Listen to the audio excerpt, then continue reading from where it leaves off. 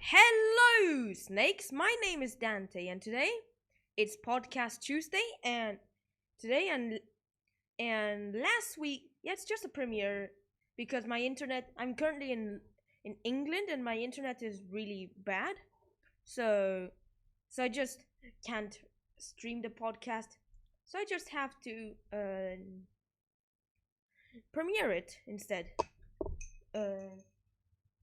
Because of the bad internet, and since it's a premiere, it's going to be just 10 cards, and those 10 cards will be all the Lilianas and then in MTG from worst to best.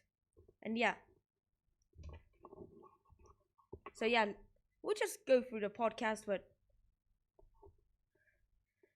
yeah, last week in Podcast Tuesday I was talking about all the Jaces from worst to best, which there were 11 Jaces. So this time there's 10 Lilianas, and now I'm just going to talk about all of them from worst to best. And let's go through to the podcast. First up, we've got the worst Liliana as number 10.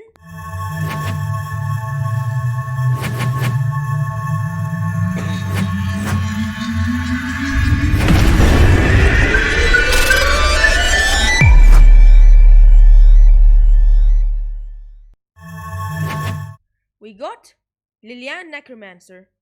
So yeah, since Chandra was the most frequent planeswalker in MTG because of the 4 new Chandras in M20, 14 was going to be way too much for a premiere podcast, because it's somewhere around because a premiere podcast is somewhere about 10, 11 or 9 cards. Because they shouldn't be that long, and my throat isn't well, so it has to be less cards. Yeah, but yeah, let's talk about Liliana Necromancer, which is a M19 Planeswalker deck Liliana, and it's the worst Liliana. 5 mana for 4 loyalty legendary Planeswalker Liliana. That's below average. +1, target player loses 2 life. Seriously? Just 2 life? As a +1, it should do more than that. -1, Disentomb. Or Raised Dead, was it called? But yeah, just put Disentomb there, because it's cooler, and it was reprinted more recently than Raised Dead, because Raised Dead was all the way from alpha. Disentomb was from M13 or M14, I think, as an uncommon, and finally got reprinted as a common in M20. Yeah, as part of a Planeswalker deck or a Welcome deck. I think it's either a Planeswalker deck or Welcome deck card. You see a set number 322 out of 280. Yeah, like Liliana Necromancer just 291 out of 280, because M19 and M20 had the same amount of cards, if you're counting main set cards and not the Planeswalker deck cards or the Welcome deck cards or the Spellslinger starter kit cards. I think Gift Pack 3 will come out any moment soon, because Gift Pack 1 was released in 2017, which there's a video on YouTube I did unboxing of those. Gift Pack 2, which is 2018 from M19, which I did an unboxing, but it's not on YouTube yet. Don't worry, be patient, it's going to appear soon. And I think M20 will have a new gift pack.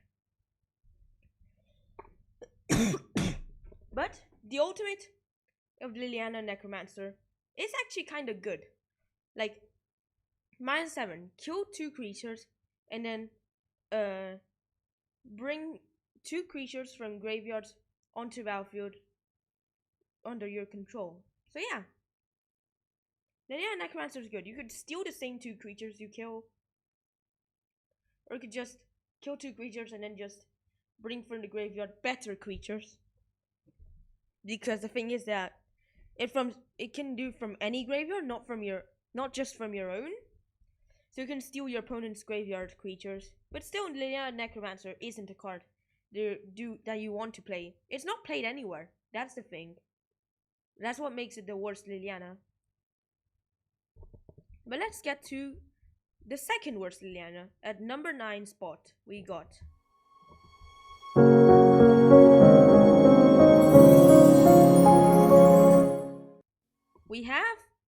Liliana Death Wielder. Okay, I had to sneeze, but yeah. Liliana Death Wielder is a 7 mana, 5 loyalty legendary planeswalker Liliana. That's below average, but +2. Put a -1/-1 counter on up to 1 target creature. Hey, not bad as a +2. -3. Destroy target creature with a -1/-1 counter on it. So you could just +2 Liliana to put a -1/-1 counter on a creature and then -3 to then destroy it. Or you could just +2 to kill some 1/1s with Liliana's +2, or just put some -1/-1 counters to weaken them.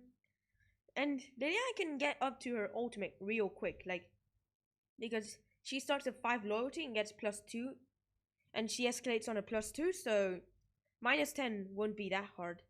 Because -10 is return all creatures from your graveyard to the battlefield. So yeah. You have to bring back all your creatures from your graveyard to the battlefield as a -10. So you could just so you got your biggest stuff in there and you just get to -10 and you bring them back all of the stuff. Sadly, Liliana Death Wielder rarely is played, and Liliana is only played in Commander, but not much Commander decks play Liliana Death Wielder. Liliana Necromancer, there's no deck that plays it.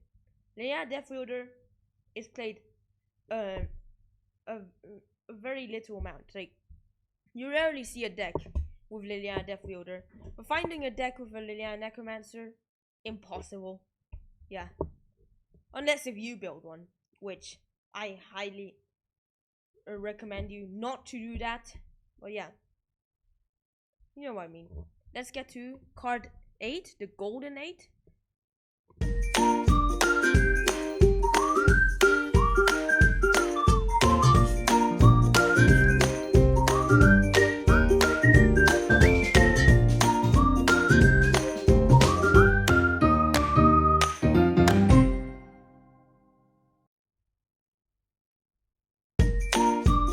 We got Liliana Untouched by Death.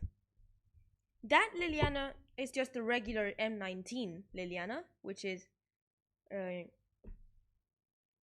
mana, 4 loyalty, legendary planeswalker Liliana. That's on average.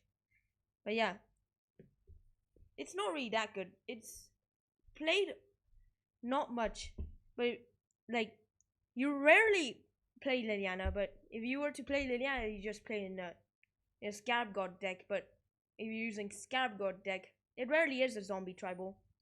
It's mainly a total control deck. If you're using Scarab God as your commander, like, you just put lots of counter spells in it, but sometimes you do zombie tribal with Scarab God as your commander. And if you do that, you just put Liliana Untouched by Death, because +1, you mill free. If at least one of them is a zombie, drain 2 from each opponent. -2,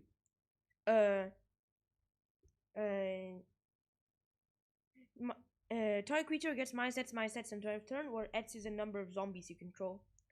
-3, you may cast zombies from your graveyard this turn. So yeah, the +1, you have to mill yourself, but hopefully you mill zombies so you can take the life away from your opponents, and -3 Liliana to then cast them later on. -2, removal effect. Cool if you're using zombies. -3, you don't have cards in hand, you really need creatures, -3, and then just cast all the zombies from your graveyard if you have the mana. Which probably which there is a black card that gives you mana, and well, yeah, there's Dark Ritual and Cabal Ritual, but there is another black card that gives you mana, and it's going to appear in this podcast later on. Don't worry. But let's get to card 7. The simple 7.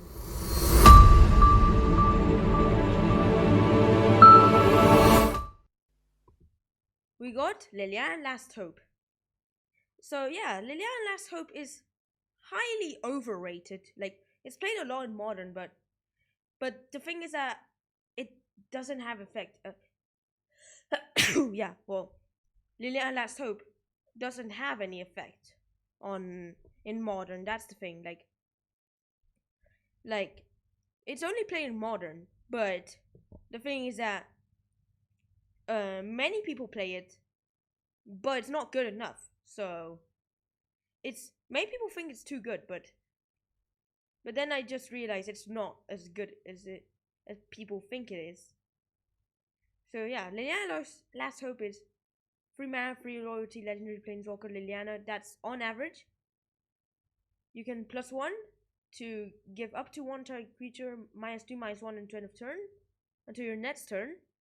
So it's a temporal weakness on one of your opponent's creatures, which weakness and feebleness does it's an aura that enchanted creature gets -2/-1 turn of turn, but no, -2/-1 on the enchanted creature, but dead weight is obviously better than weakness. But still, Liliana Last Hope. Just +1 does a weaker version of the I don't know the name. You know that card that got reprinted in M20? Or that card? The 1 mana black removal. -2/-2 instant? Well, yeah. -2. You mill 2. Then you may bring back a creature from your graveyard to your hand. Nah, it's not good. I seen there's some decks that play Liliana Last Hope. Mainly those ones that literally already run 4 Liliana of the Veils, or those who can't get Liliana of the Veil because it's too expensive. Well, those are the decks that play Liliana Last Hope. Mainly also for her -2 or +1, but the thing is that she's highly overrated, the Liliana Last Hope. But yeah, -7, you get an emblem with, at the beginning of your end step, create zombie count +2, 2/2 zombies. And if you ever wonder what I mean by zombie count, is how many zombies you have. So yeah, at the beginning of your end step, say for example you have 5 zombies. 5 + 2, 7. You create 7 zombies. And then next turn you create 14 zombies. And then next turn you create 28 zombies. So it goes escalating. Because, well, usually you start off with 0 zombies when you -7, because Liliana Last Hope isn't commonly played in zombie tribal decks. Like, you start off 0 zombies, you create 2 zombies. Then next turn, you create 4 zombies. Next turn, 8 zombies. Next turn, 10. Next turn, 14 zombies. Next turn, 28, 26 zombies. Next turn, 42 42 zombies actually. Wow, that's a lot. But yeah, there's Liliana Last Hope for you. But let's get to card 6. There.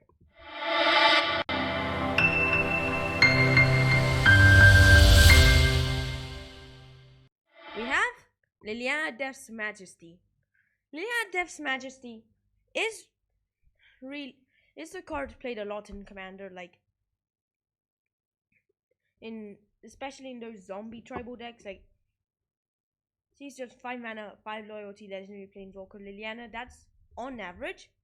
+1. Create a 2/2 zombie. Mill 2. Not bad actually. What if you want to mill yourself? Like you use a graveyard strategy deck. There you go. +1. You create 2/2 zombie and you mill yourself for 2. Great for Modrotha. -3. Or even great for Liliana herself. -3. Bring back a creature from your graveyard to battlefield. And it's a zombie in addition to its other types.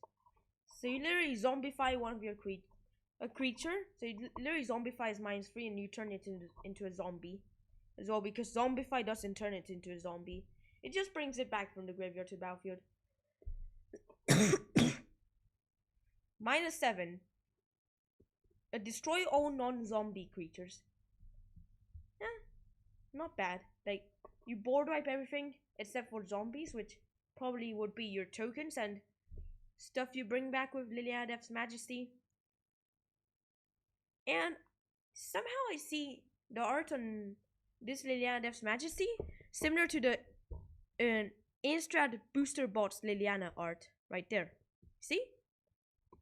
Similar, right? Because the thing is that an Innistrad Booster Bots art is that Liliana there, and yeah, that's the Booster Bots art for Liliana. Not Liliana of the Veil, but this.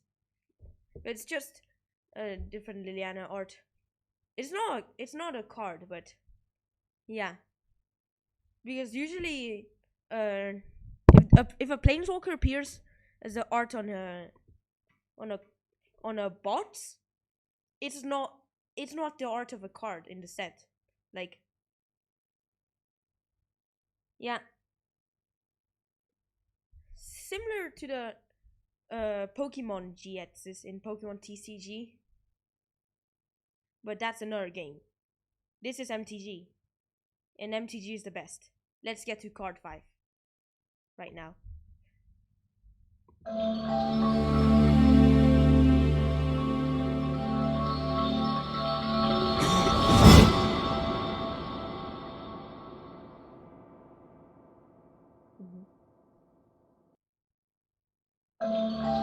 We got Liliana, Heretical Healer, which is a 3 mana 2/3 legendary human cleric. That's below average, but yeah. As you can realize, Liliana Heretical Healer is the only creature Liliana in the game, which is, she just flips into a planeswalker. That's why I decided to include her in the podcast. But yeah, Liliana Heretical Healer is 3 mana. So yeah, she has lifelink. Yeah, whenever another non-token creature you control dies, which in MTG lore would be Josuves,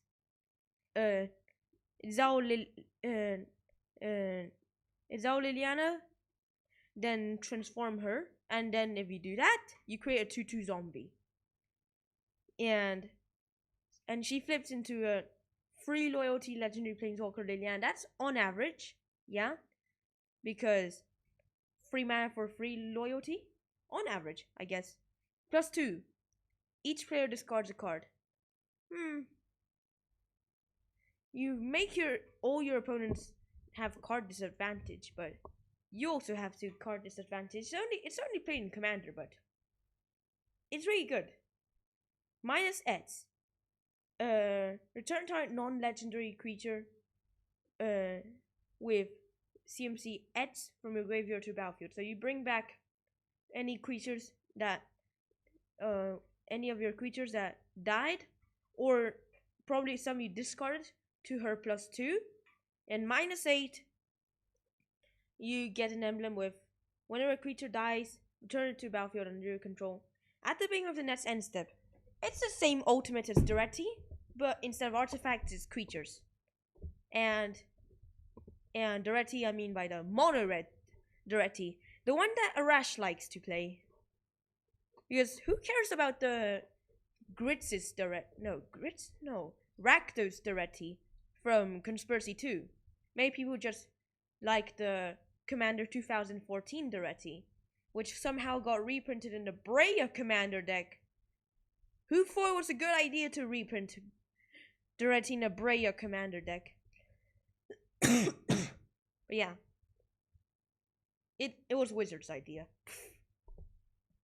But who thought it was a good idea? I don't know. Richard Garfield? I don't know.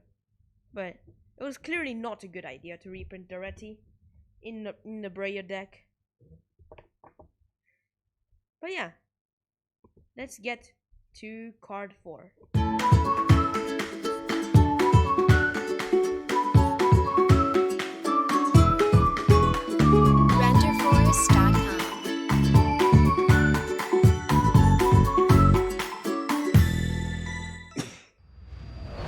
And we got Liliana of the Dark Realms.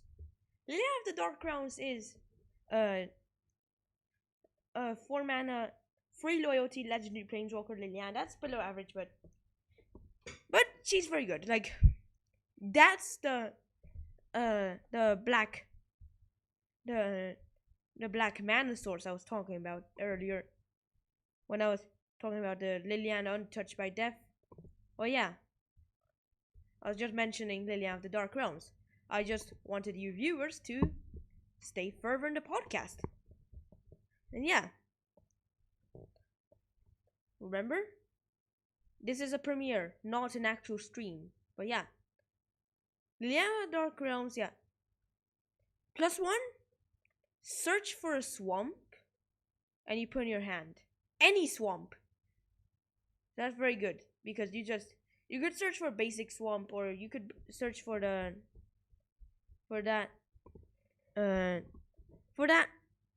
any swamp in general. You could search for a basic swamp, a snow swamp. Yeah.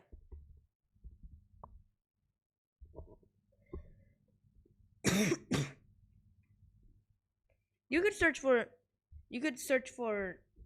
example, you could search for a Badlands or Bayou or a Blood Crypt, Canyon Slough, Fetid Pools, Godless Shrine, Leech-ridden Swamp, Overgrown Tomb, Scrubland, Smoldering Marsh, Snow Swamp, Sunken Hollow, the basic swamp, Underground Sea, and Watery Grave.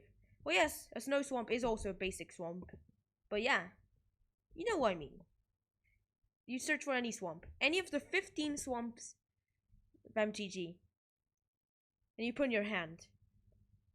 So if you're just playing a mono black, you just search for Leech-ridden Swamp. Or basic swamp, or basic snow swamp. But if you're playing multicolor, you just go like, search for Bayou. If you're playing Golgari, like, okay, +1, search for Bayou. And like, no way, really, Bayou? And then that's the best land in the game. Second, search for Overgrown Tomb. Wow. Yeah.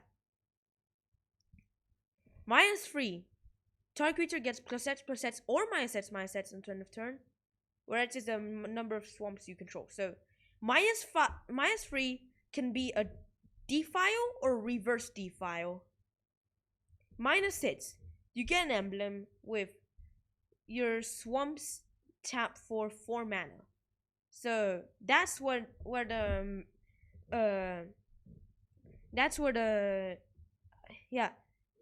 mana source comes in. Like each of your swamps, instead of tapping for 1, they tap for 4 mana. So yeah. But that's just number 4. We still got better Lilianas. Let's get to number 3.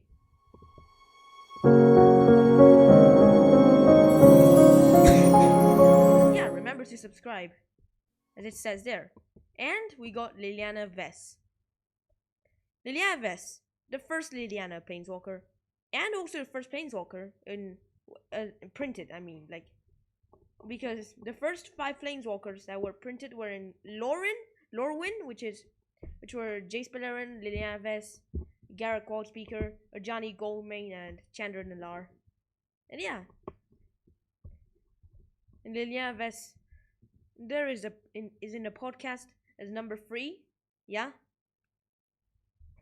And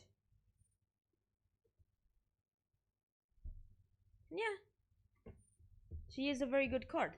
Like, it's played a lot in Commander. +1. Target player discards a card. Wow. You can make someone discard or -2 Vampiric Tutor, but you don't lose the 2 life. More of like an Imperial Seal, because Vampiric Tutor is instant speed and Liliana Vest is -2, and Imperial Seal is a sorcery. -8 Rise of the Dark Realms. Wasn't Rise of the Dark Realms in the same set as Liliana of the Dark Realms? But Liliana of the Dark Realms doesn't do that. It's Liliana Vest that does that. Liliana Death Fielder does a worse effect, doing it only to your own creatures. Which, the thing is that, is something that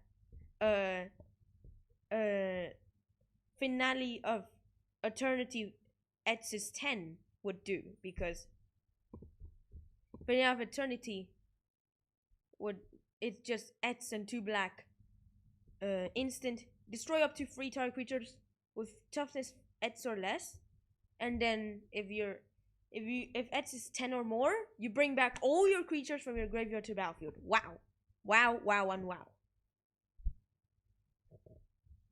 If Command the Dreadfort wasn't good enough, Finale of Eternity is better.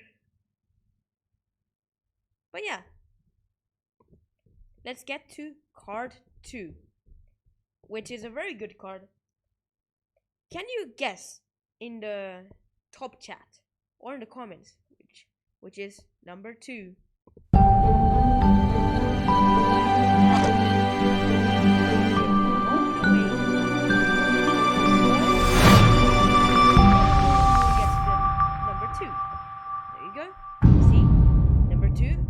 And it is Liliana Dreadfort General. Yeah, Liliana Dreadfort General, the new one from War of the Spark. She is very good because she is currently being played in Standard and also going to be played next year, I suppose, because she's going to stay in Standard for this year and next year. But once she rotates out next year, and Liliana Dreadfort General wouldn't be that good anymore. But she is very good currently, right now, because she's played in Esper control decks in Standard. Well, not much lately, but still. She has played in Esper control decks in Standard. Sometimes Gritz's control plays her, but yeah. 6 mana, 6 loyalty, legendary planeswalker Liliana. That's on average. Liliana Vest is also on average. And she has a trigger ability, which is whenever a creature you control dies, draw a card. Wow. That's like Dark Prophecy, but you don't lose life. +1, create a 2/2 zombie. You don't mill. Great, unless you like graveyards. Which is probably something you like to do if you're running Lilianas Majesty in your Commander deck. But yeah, Liliana Dreadfort General isn't commonly played in Commander. She's more of a Standard card. Which Standard can sometimes be more competitive than Commander. That is if you're not playing Commander 1v1, which that is competitive Commander. And yeah, Standard is slightly more competitive than Commander. Like, Standard isn't really much of a thing now anymore because with new promo packs they decided to remove Standard Showdown and turn it into Standard Show Up, which is a different, which is just because Standard Showdown was like the event, a standard event where you could get Standard Showdown packs which contain standard staples, but the thing is that Standard Showdown had a win multiplier by 2. Like, if you get the starting Planeswalker point for participating, and then you get like 2 Planeswalker points for winning each match. But now you just get the starter participation point just for entering the standard show up event, and no more planeswalker points for the event.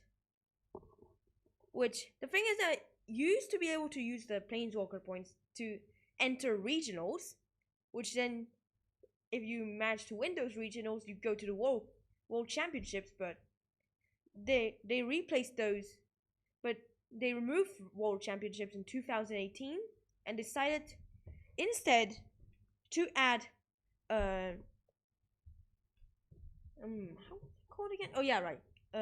Decided to add GP buys, which, like, you could get buys by getting planeswalker points, because if you have like if you had like 1,000 planeswalker points or something from this year or last year, you get a buy in the GP. Or like if you get like 2,000 planeswalker points, you get like 2 buys in the next GP you go to.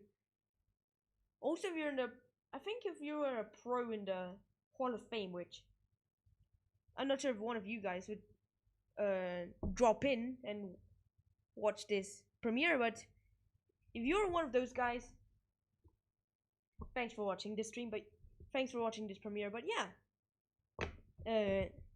yeah, it's good. Also, and yeah, that's the only way you could get the third buy. But in general, you only get 2 buys in one GP, which you can get 2 buys by winning a Mega Last Chance try on the GP, or by getting 2,000 planeswalker points, something like that.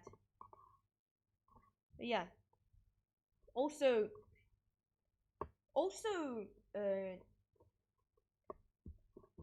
the thing is that you can only get a maximum of 2 buys in a GP. So if you manage to win, if you manage to get like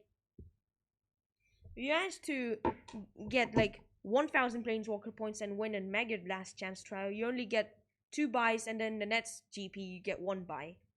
But yeah, let's continue talking about Liliana Dreadfort General. -4, Barter and Blood, which, by the way, I didn't put the card but you know, but I suppose if you play Commander, which probably you do if you're watching this premiere, Barter and Blood says each player sacrifices 2 creatures, and that was in a pre-con. And -9, Cataclysm, including planeswalkers, but on your opponents. Yeah. Because the thing is that Cataclysmic Gearhulk was just making a reference to Cataclysm. So just Cataclysm as a -9 as the ultimate for Liliana, but only on your opponents, and they also have to count planeswalkers in as well. Which there's a lot in War of the Spark, by the way. Let's get to the final card of this podcast. The best Liliana. And it is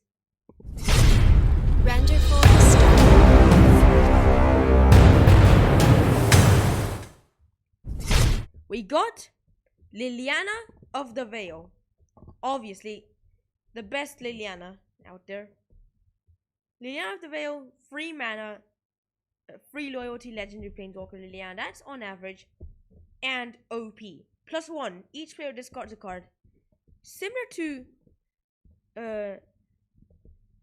flip Liliana's +2 effect. But yeah, that's a +1 effect on Liliana of the Veil. -2, Edict. You just edict your opponent. Yeah. Was there another one that did that in this podcast? I think I mentioned edict in this podcast, but no.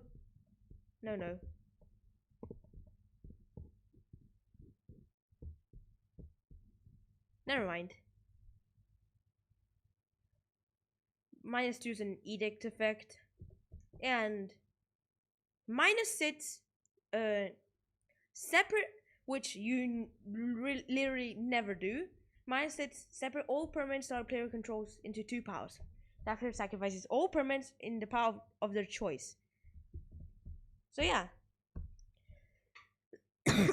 it's good, but the common thing you do is just the thing is that the powers can't be empty, so they can't.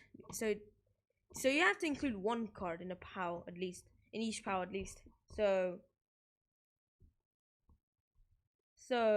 yeah, you just a common mistake if you somehow manage to get to Liliana of the Veil's -6, which by the time you get there you've already lost in modern, which is hard to do because you just only +1 or -2 Liliana of the Veil in modern.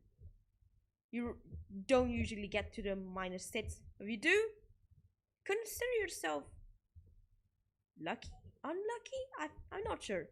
I'm not sure what's the word in this case scenario, but yeah, you know what I mean. You don't usually get there.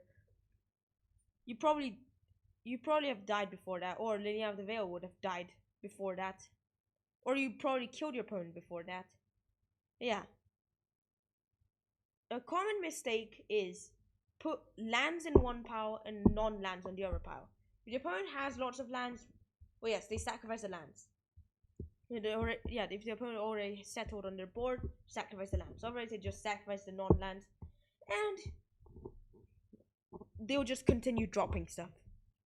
So you just put like an equal power level on both sides. So you put like a powerful card and weak cards on one side, and powerful card and weak cards on the other side, for example, like, and then like you divide the lands in half as well, so to maintain a balance, to make your opponent a hard choice to pick which one of these 2 powerful cards do they want to keep.